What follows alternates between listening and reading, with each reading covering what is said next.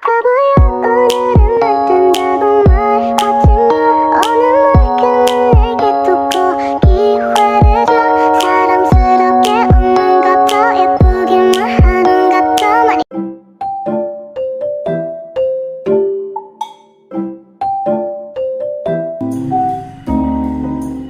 Assalamualaikum warahmatullahi wabarakatuh. Perkenalkan, nama saya Nekla Kilanaro. Saya dari Prodi Diploma 3 Farmasi 4A dari Fakultas Farmasi Kesehatan dan Sains Universitas Muhammadiyah Kuningan.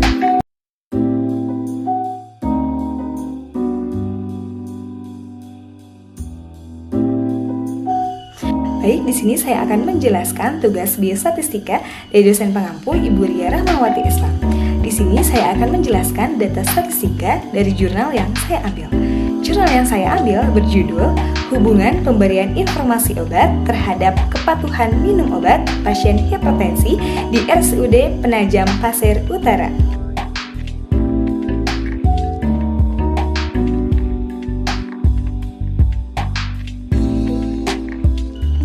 Baik, untuk data yang pertama bisa dilihat di layar.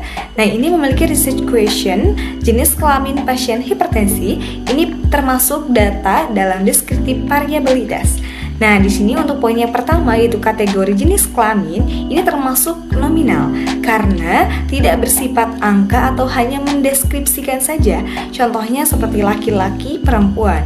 Nah, yang selanjutnya itu ada jumlah di sini yaitu laki-laki 27 orang dan untuk perempuan 33 orang. Dan di sini juga ada persentase. Persentase di sini ada 34% dan juga untuk perempuan itu adalah sebesar 66%. Nah, ini termasuk statistika kuantitatif atau kontinu karena data yang diambil dengan pengukuran yang teliti dan berbentuk angka dan dapat dihitung atau diukur. Jadi untuk perempuan ini terlihat sangat banyak yaitu sebesar 33. Nah, dari data tersebut bisa dilihat bahwa perbandingan laki-laki dan perempuan lebih besar yaitu perempuan, yaitu sebesar 33 orang dengan persentase 66%. Jadi, yang mendominan itu jenis kelamin perempuan. Secara teori, hingga usia 55 tahun, laki-laki memang lebih berisiko terkena hipertensi. Namun, setelah usia 55 tahun, resiko ini berbalik meningkat pada perempuan, terutama karena menopause yang menyebabkan perubahan hormonal dan dapat mempengaruhi tekanan darah.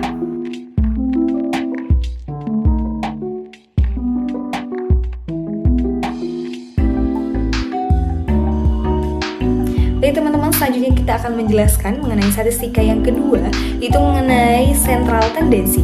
Nah, di sini research question dari tabel tersebut yaitu usia pasien penderita hipertensi berdasarkan usia ya. Total bisa dilihat yaitu dari hasilnya yang pertama itu kategori usia pada usia 22 sampai 31 tahun.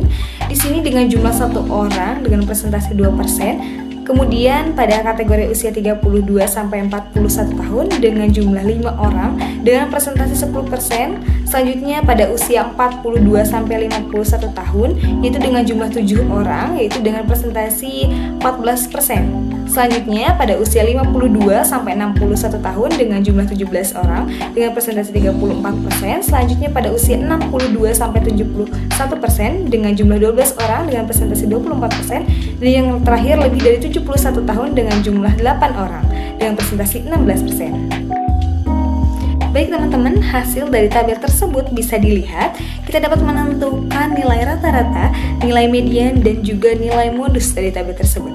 Jadi yang pertama itu untuk nilai rata-rata sebesar 16,6. Selanjutnya untuk nilai median adalah nilai tengah. Nah, di sini pada kategori usia 52 sampai 61 dengan jumlah 17 orang. Dan juga untuk nilai modus itu adalah nilai yang sering muncul ya. Dan juga sama yaitu pada kategori usia 52 sampai 61 tahun dengan jumlah 17 orang. Jadi pasien penderita hipertensi itu paling banyak pada usia 52 sampai 61 tahun dengan jumlah 17 orang. Jadi, Pasien hipertensi paling sedikit berada di kelompok usia 22 sampai 31 tahun, itu dengan hanya 1 orang dengan jumlah persentase 2%. Dan untuk populasi penderita hipertensi paling banyak itu pada usia lebih dari 50 tahun. Bisa dilihat di layar, yaitu dengan jumlah 52 sampai 61 tahun, itu dengan jumlah 17 orang dengan persentase 34%, dan juga pada usia 62 sampai 71 tahun dengan jumlah 12 orang dengan jumlah persentase 24%. Dan juga untuk pasien lebih dari 71 tahun dengan jumlah 8 orang dengan persentase 16%. Di sini bisa dinyatakan bahwa semakin tinggi usia, semakin besar persentase penderita hipertensi.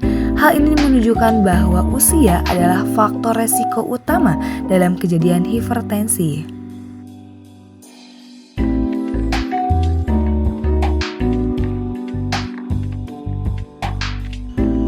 Selanjutnya untuk statistika yang ketiga, yaitu standarisasi dengan presentase tingkat kepatuhan pasien minum obat sebelum pemberian informasi obat dan juga setelah pemberian informasi obat. Di sini menggunakan data statistika kuantitatif atau kontinu, di mana data diambil dengan pengukuran yang teliti dan juga data berbentuk angka atau yang dapat dihitung. Nah, di sini bisa dilihat pada tabel. Dari tabel tersebut terjadi peningkatan pasien dengan kepatuhan tinggi dari 34 orang, yaitu pasien sebelum pemberian informasi obat dengan persentase 68% menjadi 35 orang setelah pemberian informasi obat dengan persentase 70%. Kepatuhan tinggi meningkat 2% dari 68% menjadi 70%, namun muncul 10% pasien dengan tingkat kepatuhan rendah setelah pemberian informasi obat yang sebelumnya tidak ada sama sekali. Berdasarkan wawancara, beberapa pasien menghentikan konsumsi obat karena merasa sudah sembuh atau takut akan efek samping obat. Hal ini menunjukkan bahwa faktor psikologis dan edukasi pasien memainkan peran besar dalam kepatuhan terhadap pengobatan. Baik, sekian pemaparan dari saya. Terima kasih atas semua perhatiannya. Mohon maaf atas segala kekurangannya. Wassalamualaikum warahmatullahi wabarakatuh.